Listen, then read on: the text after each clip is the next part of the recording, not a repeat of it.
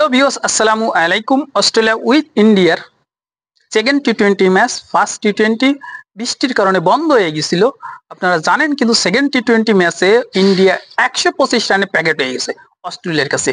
আপনারা কবে মনে করে বলতে পারবেন যে শেষ কবে ইন্ডিয়া টি-20 ম্যাচ হারিয়েছিল? আপনাদের মনে আছে? হয়তোবা কারোরই মনে নাই।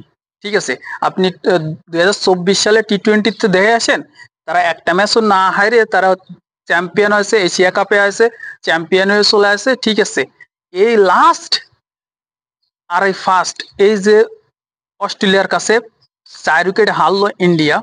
মিথিল মার্স, সেতি কিং, ভাই মিথিল মার্স নীতিশ রানারে যে সিক্সটা মারা 124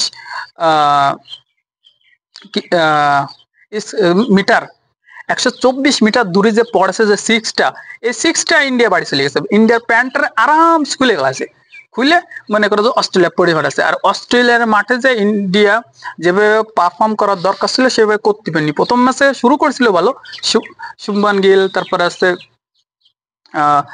আর তারপর কি বলে অভিষেক শর্মা ভালো খেলতে পারিল না, কিন্তু অভিষেক শর্মা ভাই এই দিন যা খেলেছে, একা এক হাতে 67 না 68 রান করেছে।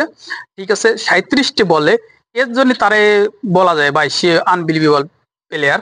কারণ আমি দেখছি যখন 4 ওভারে 4টে উইকেট অভিষেক শর্মা ব্যাট করতেছে ভাই, তখন রান আসছে 38, তার একাই 31 এবং 13 বলে 31, তার 250-র উপরে তার স্ট্রাইক রেট।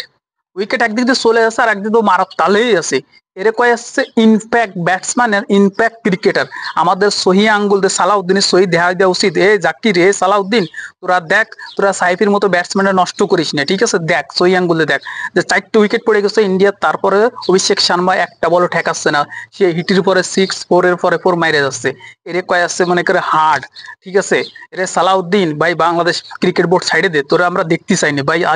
মনে করে যে একদম মাথা আগুন ধরে আসছে। ঠিক আছে, ওরা অস্ট্রেলিয়ার সাথে খেলতেছি না, ওয়েস্ট ইন্ডিজ ঘরের মাঠে এসে তোকে প্যান্ট খুলে অভিষেক মানে হোয়াইট টাচ করে চলে গেছে। বিগত দিনের মতো লজ্জা করা উচিত।